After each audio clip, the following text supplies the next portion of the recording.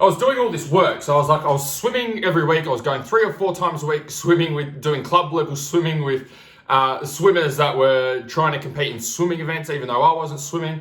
We were doing bodyweight training and doing running beforehand. There were stages there where I was doing spin classes 3 or 4 times a week for 45 minutes to an hour, and still getting out there on race day and not able to put in a 15-minute moto. And it just didn't make sense to me.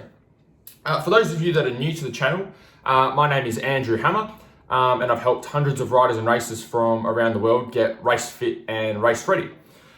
So when I was racing, the problem I had is I was training hard, and this was the frustrating thing for me, is I was training hard and putting in the work and putting in the effort and still not seeing the results out on the bike. So like I'd get up in the morning and I'd do some weight training, go to work all day or go to school, and then I'd come back, and then in the afternoon I'd either go swimming and do the swimming training that I was just talking about, or I'd go and do spin classes, or I'd go and ride my mountain bike or push bike for half an hour to an hour, and I'd do that 3 or 4 times a week, and then I'd go and ride my motorbike on the weekends. And so still, you would think with all of that cardio, or I thought with all of that cardio, that a 15-minute moto should be easy. Like if I can go swimming for 45 minutes or an hour, if I can go on mountain bike for half an hour or an hour, if I can go and do spin classes for 45 minutes or an hour, 3 or 4 times a week, like a 15-minute moto should be easy. Like I should be getting to do 15-minute motos on race day and not even raise a sweat. Like it should be so easy with the amount of training, the amount of effort that I was putting in, but it just wasn't happening. And so the reason that I discovered that was happening, which I didn't know about, is that there's 2 types of cardio, okay? And I didn't know this. I just thought cardio was cardio. I was like, as long as you're moving, getting a sweat up, getting your heart rate up, it's gonna help with my riding and racing. I didn't understand there was 2 types. So the one type of cardio, which is what I was doing, is called aerobic training or aerobic cardio. And so this is an energy system that operates when you're operating at a low intensity for a longer period of time. So anytime I do training that's say half an hour to an hour long or more, I'm using my aerobic system, okay? It's where my heart rate might be at say 60% of its max heart rate, and I'm just holding that there for a long period of time. So it's much lower intensity training, and you're like pulling the handle on the rower or exercise bike or running, and it's a consistent intensity for a long period of time. And so that's what I was doing. I was doing a lot of aerobic based training. I didn't know there was this other type of cardio, which is called anaerobic training. And so what anaerobic training is short, sharp bursts of high intensity. So this is where you can go 70, 80, 90, 100% of your max heart rate, really, really intense efforts, but they only last for short periods of time. So it's like interval training. So you might be on the rower and you could do like say 30 seconds flat out as hard as you can go, 30 seconds rest. 30 seconds flat out, 30 seconds rest. And so that's interval training. That's working your anaerobic energy system. Now, what my thought process was I was like, okay, I'm doing these 15-minute motos. If I can go and do some cardio for half an hour, then the 15 minutes should feel easy. But it never did. It never worked for me. And so what I discovered, or the reason that I found that it didn't work for me, is because when I looked at riding and racing a little bit closer, it wasn't actually 15 minutes of consistent intensity.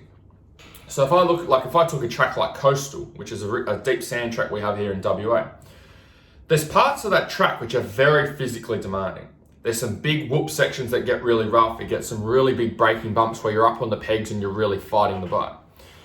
And so that's max intensity. Like when I'm going through those whoops and I'm really fighting the bike and I'm trying to keep the momentum up and I'm going fast, that's high intensity. That's at a relatively high heart rate. I'm working really hard. But then on that same track, there's also other parts of the track that are much lower intensity. Like there's a few big jumps there. So where I'm floating through the air over a jump, it takes little to no effort to float through the air over a jump. There's a few big corners there. They've got these big banked berms where you can just sit down and hold it on and rail it around the outside. And so around those corners, it takes little to no effort to go around those corners as well. So what I discovered is that some parts of the track are very high intensity and some parts of the track are much lower intensity.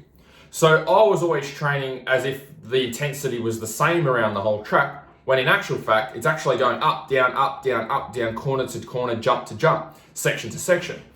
And so that's what I missed with my training, is all I was focused on was just doing this aerobic training because I didn't know there was any other type of cardio. Whereas what I actually needed to be doing is doing aerobic training and doing the anaerobic stuff and doing the interval training to make sure that it actually transferred over to the bike. And so that's where I was getting stuck, and that's the problem that I had.